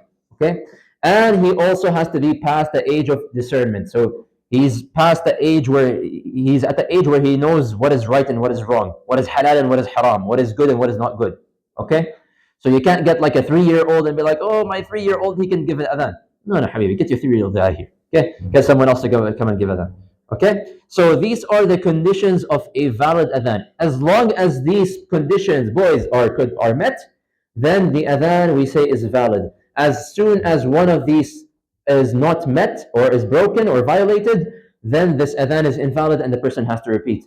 So a lot of the time, sometimes, or not a lot of times, but occasionally, when someone gives adhan, they make mistakes in the phrases of the adhan. They forget a certain phrase and they just continue. We say to this person, you did not say it in the correct order. Your adhan is invalid. You have to restart. Okay? So this is why it's important for us to know the order and how to say the adhan correctly if you want to go up and to give adhan. Now, adhan also has a lot of sunnahs and recommended actions. Boys, again, this is mainly for you, so you need to pay attention. Okay? Don't just stare at every single little kid that walks past the room. The person who is giving adhan, first of all, has to be a good person, a trustworthy person. What do I mean by this? It is not recommended that the person who gives adhan is someone who is known to be very sinful. Okay? So like someone who makes music, for example, a rapper, a Muslim rapper who does songs that are very vulgar and haram and talk about a lot of bad things. We can't now bring this rapper to the masjid and be like, well, let's hear this guy's adhan. He has such a good voice. This is very disliked. Okay? It's disliked. If he makes the adhan, it's still valid. But ideally, if someone who is better than him is there, someone whom we can trust, then that person should be the one who is making the adhan. Number two, and sorry to break your hearts, kids, but the person who gives the adhan should be an adult. And by adult, it has to be someone who has, meaning past the age of puberty. Okay? So a grown-up, someone who's past the age of puberty. This is a recommendation. Okay? And in fact, some scholars, they go as far as to say that the adhan is not valid if a kid made it. But the majority of the scholars, they say that no. If a kid makes it, who's past the age of discernment, then it is still okay. But keep this in mind, little kids. So especially the boys. A lot of us, we sometimes, mashallah, we have above, when it's adhan time, yani 7 years old, bickering and arguing in front of the microphone with another. I should make it, I want to make adhan. Maybe. None of you guys should be making adhan. It should be the grown-up who makes the adhan, ideally. This is a recommendation. Again, if a 7, 8-year-old makes the adhan, this is still valid according to the majority of scholars. The person who is making adhan should have the knowledge of the times of prayers. So he should be someone who, if you ask him when is Dhuhr time, he will be able to tell you when is Dhuhr time. When is Asr time? He'll be able to tell you when is Asr time. Because obviously you're trusting him with this duty of giving adhan, of announcing to the people that prayer time has now entered. So obviously you're not going to entrust this job to someone who doesn't know when the adhan time even is. So ideally it has to be someone who knows the time, has the knowledge of the times of the prayer. Also, it has to be, or it is recommended that it's someone who has a good voice. And again, sorry to say this, boys, some of us, we have voices that we say, please just finish the adhan, please just finish the adhan. Okay, so whereas some people, Allah Azza wa has granted them a good voice. And of course, subhanAllah, we see this even in the time of the Sahaba. We mentioned the story of the adhan, right? That Abdullah ibn Zayd, he saw it in a dream. Yet was Abdullah ibn Zayd, even though that he was the one who heard the adhan in his dream, was he the one who gave the adhan? No, who was it? It was Bilal. Very good. So Prophet Muhammad told Abdullah that good job, you received the adhan. Go now teach it to Bilal. Why? Because Bilal has a louder voice or a better voice than you as well. So Bilal was the one who actually got to give the adhan because he has a voice. Also, it is recommended, okay, that you should be in a state of tahara. This is also a point of difference amongst scholars, but the majority say that you do not, that it is highly recommended that you are in a state of tahara, meaning that you have wudu, you're not in a minor or major hadath. Okay? So, boys, if you ever find yourself in a situation where you're giving adhan and then you realize, oh my god, I don't have wudu, don't freak out. Your adhan, inshallah, is still valid, but ideally, the person who gives adhan should be someone who has wudu and who has tahara. Okay? Also, it is sunnah and highly recommended that the person who is giving the adhan is someone who is standing up. So, standing up and facing the qibla. Meaning, if someone were to give the adhan and he does not face the qibla, okay? He does not face the qibla, or perhaps it's an old man who sits down and then gives the adhan, then this adhan is still accepted. It's not a requirement for someone to face the qibla or to stand up in order to give adhan. However, if someone doesn't have an excuse, you should be standing up. Okay, you should be standing up, and if you are able to face the qibla, you should be facing the qibla. There's no excuse, especially if you do it up here in the masjid. Okay, and also, and this is a point that a lot of people make mistakes in their adhan. It's a sunnah, but it's a sunnah that many people, unfortunately, for some reason, they don't do. Adhan, again, the purpose of adhan, you are calling people to come and pray. So you want to make the adhan slow and long. Okay? Heard something. Okay. So the adhan, the sunnah of giving adhan is that it should be recited slowly and that you should pause between each of the phrases. So if you go up and you give adhan, you say Allahu Akbar, Allahu Akbar, Allahu Akbar, Allahu Akbar. There you go. Allah.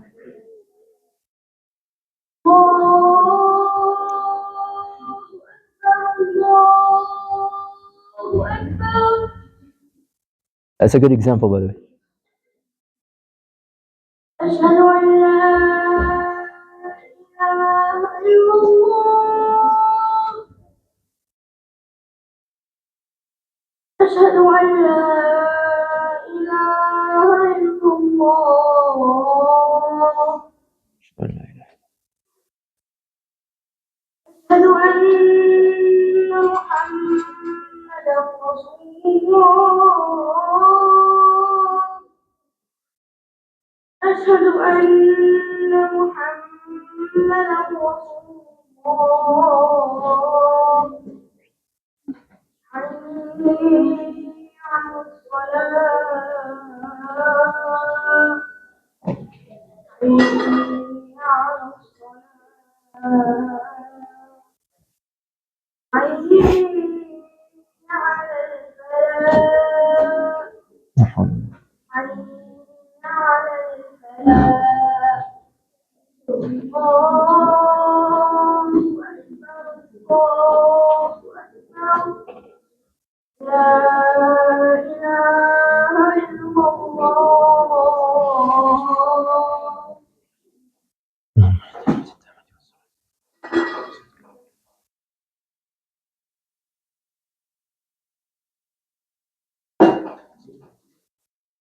Okay, boys and girls, back to me, please, because we need to wrap up quickly before the salah. So, of the, as the adhan that was just given, even though it was given by a kid, so this kid does not follow the sunnah, did not follow the sunnah here. But anyways, but this adhan, the phrases were clear. They were a little bit elongated, right? And there's pauses between each of the phrases. This is the sunnah when it comes to giving adhan. So when you come to give adhan, don't rush it. Don't come and say Allahu Akbar, Allahu Akbar, Allahu Akbar, Allahu Akbar, Ashhadu an la ilaha illallah. This is not how the adhan should be given. This is too fast. It should be, every phrase should be made long, and it should have pauses in the middle. Whereas on the other hand, iqama, because keep in mind, adhan is meant to call people to come to the masjid. And again, think from this from 1400 years ago, where there were no loudspeakers, no applications, nothing. The only indication that they have to come to the masjid is the adhan of Bilal. So if Bilal makes it long, so that people know to come to the masjid. Iqama, however, people are already in the masjid. So iqama should be made quickly. So quickly you come to say Allahu Akbar, Ashhadu an la ilaha illallah, Ashhadu anna Muhammad Rasulullah to the end of the iqama. Okay? You're not supposed to make it Allahu Akbar. Now you make it, people hear, mashallah, your nice voice. Allahu Akbar, Allahu Akbar. Like, yalla, khalas, habibi, yalla, we want to pray quickly. Yalla, finish. Okay? So the sunnah is to make the adhan long and have pauses in the middle. Iqama is quick without any pauses. Okay? Of the sunnahs as well is that the one who gives adhan also gives iqama. This is from the sunnah, because Prophet Muhammad said one time to one of the Sahaba, to Bilal, Man adhana fahuwa yuqim. Whoever gives adhan, he should be the one who gives iqama. But this is of course a sunnah. So if someone were to give an iqama other than the person who gave the adhan, this is still okay, this is still valid. But ideally, the person who gave the adhan should be the one who gives the iqama. Also of the sunnahs, which I don't see many people doing here in the masjid when they give the adhan, is that you are supposed to put your index finger, this finger, okay, both of them, not just one of them, put them in your ear as you are giving the adhan. So like this, for example, okay? So you give adhan like this. Because what you will notice when you put your index finger in your ear, you will think that everything, like the volume goes down, doesn't it? So you will instinctively, without realizing it, become loud, which is what we want for someone who is giving adhan. So you put your index fingers in your ear, and not just like, you don't just put them like this, as some people do, or like this, like some people do. You put your index finger in your ear, because that's what Bilal radiallahu anhu used to do. You put your finger in your ear, and then you give the full adhan. Whereas in iqama, you don't put fingers in the ear, because iqama again is supposed to be quick and just meant to establish the prayer. And also, and sometimes also I've seen people do this, like they just put one finger in one ear, and then they put their other hand down. Like that's just defeating the purpose. Like, what did you benefit by putting the next finger in this ear? So it's supposed to be both fingers in both ears. Okay. And also it is sunnah, because this is what Bilal radiallahu anhu also used to do in his adhan. When the mu'adhin, okay, when the person giving adhan is saying hayya ala salah, hayya ala salah, hayya ala al-falah, hayya ala al-falah, he's supposed to look to the right and to the left. Meaning, you said ashhadu an la ilaha illallah, ashhadu an la ilaha illallah, ashhadu anna Rasulullah, ashhadu anna Muhammadan Rasulullah. The mu'adhin should now turn to the right and say hayya ala salah, hayya ala salah, and then turn to the left, hayya ala al-falah, hayya ala al-falah. Okay, while keeping his fingers in the ears, and he's turning. Okay, because this is what Bilal radiallahu anhu used to do. He used to turn left and right in whenever these phrases were being said in the adhan. Now in the iqama, there is no turning. Sometimes I find people, whenever they're giving iqama, they try to implement these sunnahs, but they are not sunnahs of iqama. So when you find someone who's making iqama, he's doing it very quickly. So he says, Ashhadu an la ilaha illallah, Ashhadu anna Muhammadan Rasulullah, hayya ala salah, hayya ala al-falah.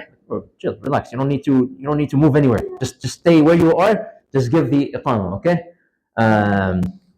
So these are all the sunnahs, the requirements, and the sunnahs of giving adhan. And of course, there are evidences for every single one of these points. They are all taken from different hadith. And yes, some points they have differences amongst the scholars, but what you have listed in front of you on the screen are according to the majority of the scholars of pretty much all the madahib. Most of them, they agree upon these points. So especially for the boys, make sure you are memorizing what is the required for a valid adhan, and make sure you are also applying the sunnahs of adhan, so that, especially here in the masjid, you don't embarrass yourself, honestly, as many people end up doing. So, any questions about adhan before we go upstairs? We only have like 2 more minutes, but maybe we'll take one question and then we'll take questions after. Yes?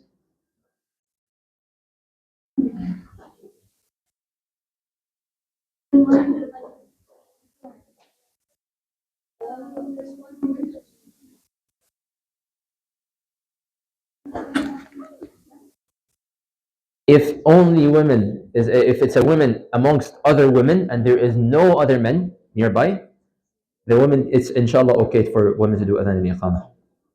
Okay? Uh, okay, we'll take questions after the salah, inshallah. Okay, Bismillah ar-Rahman ar-Rahim, alhamdulillahi rabbil alameen, wa salatu wa salam ala Sayyidina Muhammad wa ala alihi wa sahbihi ajma'in. So as you heard in the announcement, they need the room because there's a lecture right after us, so we have to wrap up within the next 10 minutes or so. But before that, were there any questions about what we mentioned in the adhan and the iqamah, or sorry, the adhan and the sunnahs and the conditions? Yes?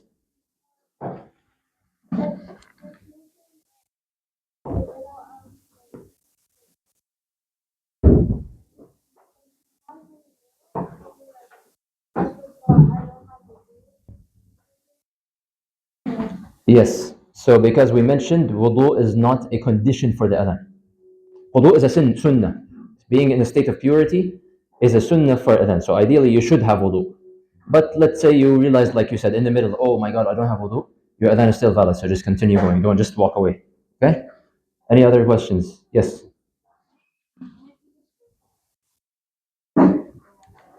Yes. So the imam, if he wants, he can do the adhan, he can do the iqamah, he can do the salah.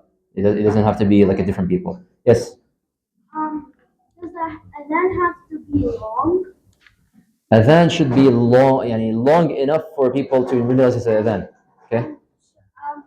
Should the person who made the adhan should make the Qama or Ideally, yes. Ideally, yes. but what if somebody offers you to make it? So that's fine. So it does, again, it doesn't have to be the same person who gives the iqama, is the same one who gives the adhan, but that's the better thing to do. The person who gives the adhan is the one who gives the iqama, and nobody budges anybody else. Yeah. So any other questions before I move on to the seerah? Okay, moving on. So last week we talked about Mus'ab ibn Umair radiallahu anhu, or rather, sorry, a group of the Khazraj, right? The 10 from the Aus, sorry, the 10 from the Khazraj and 2 from the Aus, the 12 people who were in Mecca to come and accept Islam, and they gave the pledge of women. Remember that? We talked about that last week. So Prophet Muhammad ﷺ sent with them a man by the name of Mus'ab ibn Umair radiallahu anhu. He's a very famous Sahabi. He was one of the first converts to accept Islam. So he was sent with them to go to Yathrib as a teacher. He would teach them the basics of Islam and teach them whatever they would need to know, and also to spread Islam amongst the people of Yathrib. So one of the early converts who were who came to Mecca, in fact, he was actually of the first group that came from the 6 people. His name is As'ad ibn Zurara. That's his name, As'ad ibn Zurara. He offered Mus'ab, why don't you come to my house and stay in Yathrib, you know? So Mus'ab stayed in the house of As'ad ibn Zurara, and together they began this effort to go and knock on people's doors and spread Islam and invite other people to Islam. At one point, they reached the sub-tribe called Banu al-Ashhal. Okay, Banu al-Ashhal. Banu al-Ashhal is a sub-tribe that has the leaders. Their names are boys.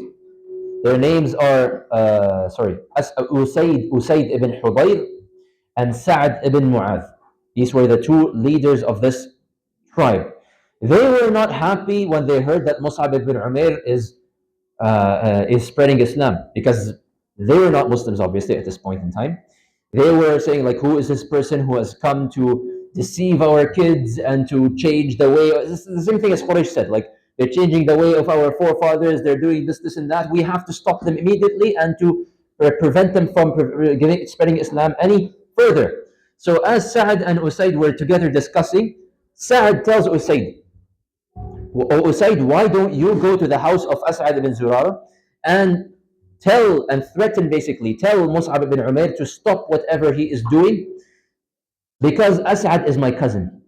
So Sa'ad bin Mu'adh and As'ad bin Zura, they were cousins. So Sa'ad, he says, I don't want to make things awkward with my own cousin. So Usaid, why don't you go and you threaten them and you tell them to stop whatever they are doing? So Usaid said, Khalas, I got this, bro. So he goes and he grabs his weapon because he's not about to ask them nicely. He's about to threaten them.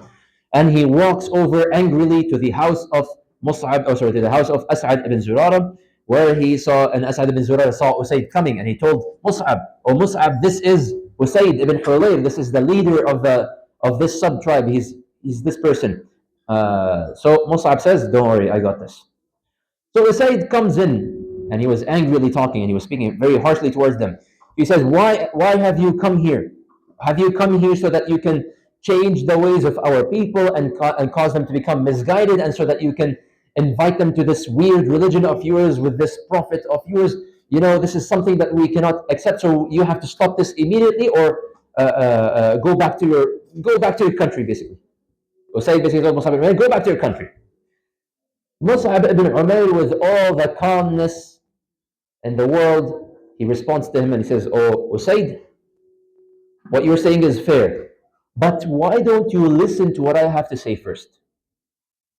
If you like what I am saying, Alhamdulillah.